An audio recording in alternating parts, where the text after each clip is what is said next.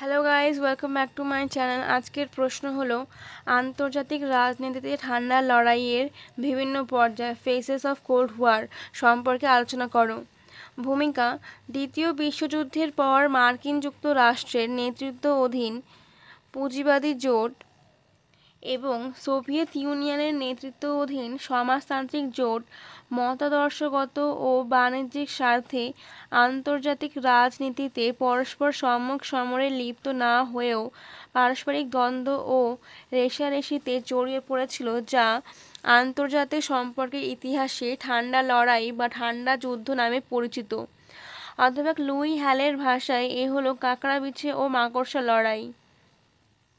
ঠান্ডা লড়াই বা ঠান্ডা যুদ্ধে শব্দটি সর্বপ্রথম ব্যবহার করেন বার্নার্ড বারুচ এবং এই বন্ধটি চয়ন করেন ওয়াল্টার লিপম্যান। দ্বিতীয় বিশ্বযুদ্ধের পর ব্রিটিশ প্রধানমন্ত্রী উইনস্টন চার্চিলের ফাল্টন বক্তৃতা থেকে ঠান্ডা যুদ্ধের উদ্ভব হয়। ঠান্ডা যুদ্ধের উদ্ভব এবং বিবর্তনের তিন ধরনের মত বা দৃষ্টিভঙ্গির ব্যাখ্যা পাওয়া যায়, যেমন রক্ষণশীল ব্যাখ্যা, সংশোধনবাদী ব্যাখ্যা এবং উত্তর সংশোধনবাদী ব্যাখ্যা। ঠান্ডা লড়াইয়ের বিভিন্ন পর্যায় ফেজেস অফ কোল্ড ওয়ার। দ্বিতীয় বিশ্বযুদ্ধের পর 1945-49 সাল পর্যন্ত মার্কিন যুক্তরাষ্ট্রে নেতৃত্ব অধীন পুঁজিবাদী জোট এবং সোভিয়েত ইউনিয়নের নেতৃত্ব অধীন সমাজতান্ত্রিক জোটের মধ্যে ঠান্ডা যুদ্ধের আনুষ্ঠানিক লড়াইয়ের সূচনা হয়। 1945 থেকে 1991 সাল পর্যন্ত ধরে চলা এই ঠান্ডা যুদ্ধের বিবর্তনের পর্যায়গুলিকে উপরিউক্ত পণ্ডিতগণ বিভিন্ন পর্বে ভাগ করে আলোচনা করেছেন। প্রথম পর্যায় 1945 থেকে 1949 সাল। আন্তর্জাতিক সম্পর্কের বিশেষজ্ঞ পণ্ডিতগণ 1945 সাল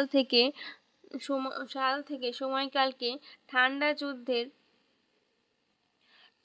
যুদ্ধের বিবর্তনের প্রথম পর্যায় বলে চিহ্নিত করেছেন। ফ্যাসিস্ট শক্তির পরাজয়ে সোভিয়েত ইউনিয়ন পূর্ব ইউরোপের নিজ আধিপত্য প্রতিষ্ঠার পর ইরান, তুরস্ক ও গ্রিসের দিকে অগ্রসর হলে মার্কিন যুক্তরাষ্ট্র এবং অন্যান্য পশ্চিমী পুঁজিবাদী রাষ্ট্রগুলির আতঙ্কিত হয়ে পড়ে।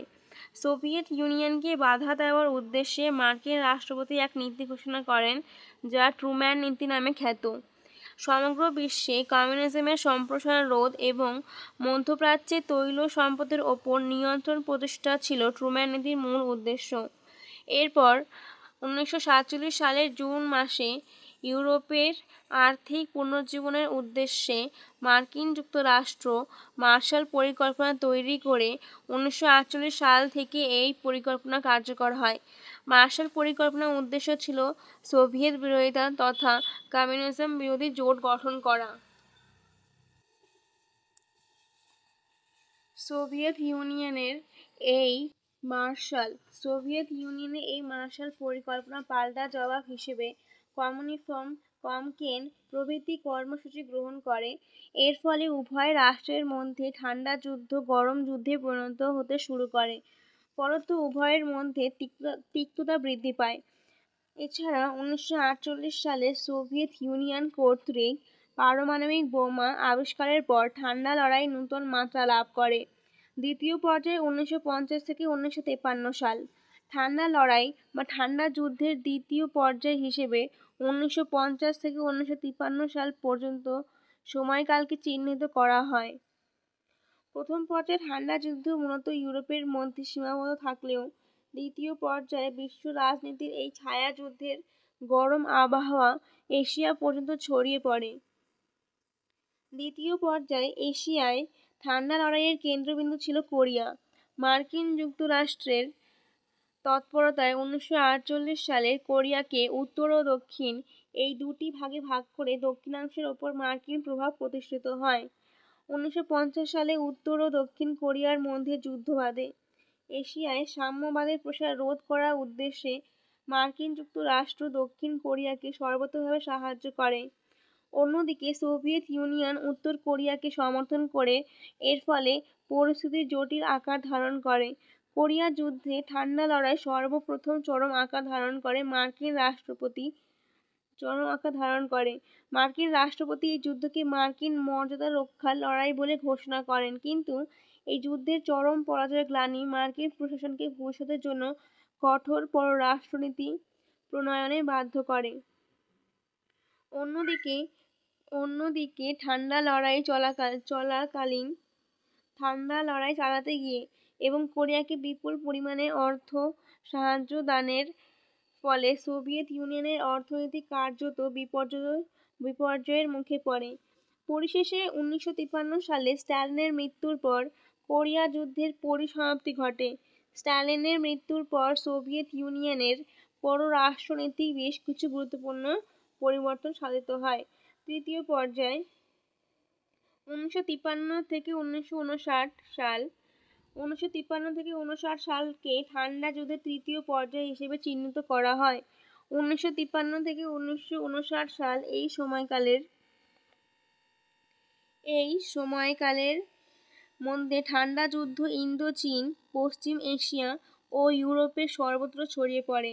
স্ট্যালিনের মৃত্যুর পর সোভিয়েত ইউনিয়নের মার্কিন বিরোধিতায় অপরিবর্তিত থাকলেও তাদের দৃষ্টিভঙ্গির কিছু পরিবর্তন ঘটে। সোভিয়েতের রাষ্ট্রপ্রধান নিকিতা ক্রুশ্চেভ সমাজতান্ত্রিক রাষ্ট্রগুলির পাশাপাশি পুঁজিবাদী রাষ্ট্রগুলির সঙ্গেও শান্তিপূর্ণ সহাবস্থান নীতি ঘোষণা করে। 1954 সালে ইন্দোচীন ফরাসি শাসন থেকে মুক্তি লাভ করে এবং উত্তর ভিয়েতনাম ও দক্ষিণ ভিয়েতনামের মুক্তিযুদ্ধকে কেন্দ্র করে ঠান্ডা যুদ্ধ প্রবল আকার ধারণ করে। এই সময়ে মার্কিন যুক্তরাষ্ট্র দক্ষিণ-পূর্ব এশিয়ায় তার অনুগামী রাষ্ট্রগুলি নিয়ে সিওটো চুক্তি স্বাক্ষর করে। 1955 সালে স্বাক্ষরিত হয় সিনেটো চুক্তি। সোভিয়েত ইউনিয়নের পাল্টা জবাব হিসেবে পূর্ব ইউরোপে তার অনুগামী রাষ্ট্রগুলি নিয়ে গঠন করে ওয়ারশ জোট, গঠন করে মধ্যপ্রাচ্য সংকট, হাঙ্গেরি সংকট এবং 1958 সালে বার্লিন সংকটকে কেন্দ্র করে ঠান্ডা যুদ্ধের প্রাবল্য দারুণভাবে বৃদ্ধি পায়। চতুর্থ পর্যায় 1959 থেকে 1962 সাল। ঠান্ডা যুদ্ধের চতুর্থ পর্যায়ের সময়কাল হল 1959 থেকে 1962 সাল পর্যন্ত। এই পর্যায়ের উল্লেখযোগ্য ঘটনা হল কিউবা ক্ষেপণাস্ত্র সংকট। কিউবার কমিউনিস্ট রাষ্ট্রপ্রধান ফিদেল কাস্ত্রো সোভিয়েত ইউনিয়নের সাহায্য নিয়ে মার্কিন আক্রমণের হাত থেকে রক্ষা পেতে কিউবা একটি ক্ষেপণাস্ত্র ঘাঁটি গড়ে তোলেন। এর ফলে কিউবাকে কেন্দ্র করে মার্কিন যুক্তরাষ্ট্র এবং সোভিয়েত ইউনিয়নের মধ্যে ক্ষেপণাস্ত্র ঘাঁটি গড়ে তোলাকে কেন্দ্র করে আণবিক অস্ত্রের যুদ্ধের আশঙ্কা তৈরি হয়।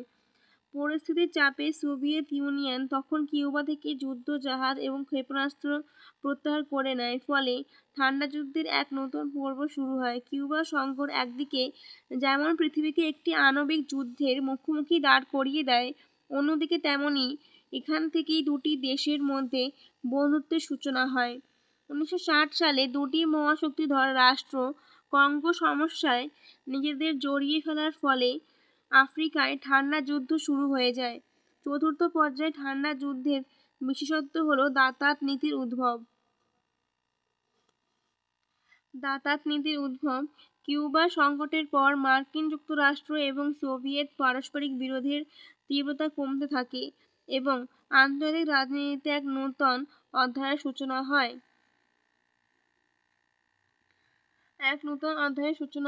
কার্যত বিংশ শতাব্দীর 60-এর দশক থেকে মার্কিন যুক্তরাষ্ট্র এবং সোভিয়েত ইউনিয়নের মধ্যে যে পারস্পরিক অবিশ্বাস ও সন্দেহ দানা বেঁধেছিল, সেই অবস্থার ধীরে ধীরে অবসান ঘটতে থাকে এবং এই সময় থেকে তারা পারস্পরিক শান্তিপূর্ণ সহাবস্থান এবং দাতাত নীতি গ্রহণ করে। পঞ্চম পর্যায় 1965 থেকে 1976 সাল। দাতাত পরবর্তী পর্যায় 1965 থেকে 1976 সাল ঠান্ডা যুদ্ধের সময়কাল পঞ্চম পর্যায় হিসেবে চিহ্নিত। তবে দাতাত পর্যায় বিশ্ব রাজনীতিতে খুব বেশিদিন স্থায়ী হয়নি। চেকোস্লোভাকিয়ায় 1988 সালে সোভিয়েত হস্তক্ষেপ, 1971 সালে বাংলাদেশের মুক্তিযুদ্ধ, 1973 সালে ইসরায়েল যুদ্ধ প্রভৃতি ঘটনা নূতন করে আবার মার্কিন যুক্তরাষ্ট্র এবং সোভিয়েত ইউনিয়নের মধ্যে ঠান্ডা যুদ্ধের সূচনা করে। ভিয়েতনামের জনগণ 1975 সালে সাল পর্যন্ত যে দীর্ঘ ও ঐক্যবদ্ধ সংগ্রাম চালায় তাকে বিশ্ব রাজনীতির নজিরবিহীন ঘটনা বলে উল্লেখ করা যেতে পারে।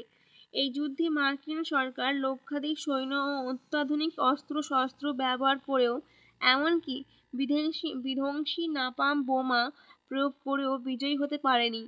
একসময় স্বাধীন ভিয়েতনাম প্রতিষ্ঠিত হয়। এই পরাজয়ের গ্লানি মার্কিন প্রশাসন মন থেকে নিতে পারেনি। অন্যদিকে দক্ষিণ পূর্ব এশিয়ায় সোভিয়েত ইউনিয়নের মান মর্যাদা এই ঘটনায় যথেষ্ট পরিমাণে বৃদ্ধি পায়। এই সময় মার্কিন যুক্তরাষ্ট্র আবার চীন সোভিয়েত দ্বন্দ্বে চীনের পক্ষ অবলম্বন করে, ফলে ঠান্ডা যুদ্ধ নতুন খাতে প্রবাহিত হতে শুরু করে। শেষ পর্যায়ে 1978 থেকে 1991 সাল। 1980-র দশকে কম্বোডিয়া এবং আফগানিস্তান। 1980-র দশকে কম্বোডিয়া এবং আফগানিস্তান সংকটকে কেন্দ্র করে মার্কিন সোভিয়েত সম্পর্ক পুনরায় তিক্ত হয়ে ওঠে। নতুন করে অস্ত্র প্রতিযোগিতা শুরু হলে বিশ্ব রাজনীতির জগৎ থেকে দাতাত নীতি বিলুপ্ত হয়। তবে সোভিয়েত ইউনিয়ন তার দেশের অভ্যন্তরীণ রাজনৈতিক সংকটের কারণে খুব বেশি দিন লড়াই করতে পারেনি। আন্তর্জাতিক বিশ্বের চাপে আফগানিস্তান থেকে সৈন্য প্রত্যাহার করতে বাধ্য হয়। মার্কিন সাম্রাজ্যবাদী শক্তির সঙ্গে পারমাণবিক অস্ত্র প্রতিযোগিতায় নেমে সোভিয়েতের বিপুল পরিমাণ অর্থ ব্যয় হয়ে যায় বা রাজকোষে ঘাটতি দেখা দেয়। এর ফলে রণক্লান্ত সোভিয়েত ইউনিয়ন ঠান্ডা যুদ্ধের ময়দান থেকে সরে দাঁড়ানোর সিদ্ধান্ত গ্রহণ করে। 1990 থেকে 1991 সালে পূর্ব ইউরোপে সমাজতান্ত্রিক রাষ্ট্রগুলি সহ সোভিয়েত ইউনিয়নের সমাজতন্ত্রের বিপর্যয় ঘটলে বিশ্ব পরিস্থিতি আমূল বদলে যায়। 1991 সালে সোভিয়েত ইউনিয়নের ভাঙনের মধ্য দিয়ে বিশ্ব থেকে ঠান্ডা লড়াইয়ের বা ছায়াযুদ্ধের সমাপ্তি ঘটে। পরিবেশে বলা চলে, সুদীর্ঘকাল ধরে ঠান্ডা লড়াই চলাকালে সমগ্র বিশ্ববাসী যেন এক অজানা সর্বনাশের ভয়ে আতঙ্কিত হয়ে থাকত। মূলত ঠান্ডা লড়াই চলাকালে উভয় যুযুধান গোষ্ঠীর লাভের তুলনায় ক্ষতিই বেশি হয়েছিল, তা উভয় রাষ্ট্রের জাতির নেতৃবৃন্দ মর্মে উপলব্ধি করতে পেরেছিলেন। ঠান্ডা যুদ্ধ চালাতে গিয়ে সোভিয়েত ইউনিয়ন কার্যত ভেঙে টুকরো টুকরো হয়ে গিয়েছিল। গ্লাসনোস্ত এবং পেরেস্ত্রোইকা ঠান্ডা লড়াইয়ের অবসানে সর্বাপেক্ষা গুরুত্বপূর্ণ ভূমিকা নিয়েছিল।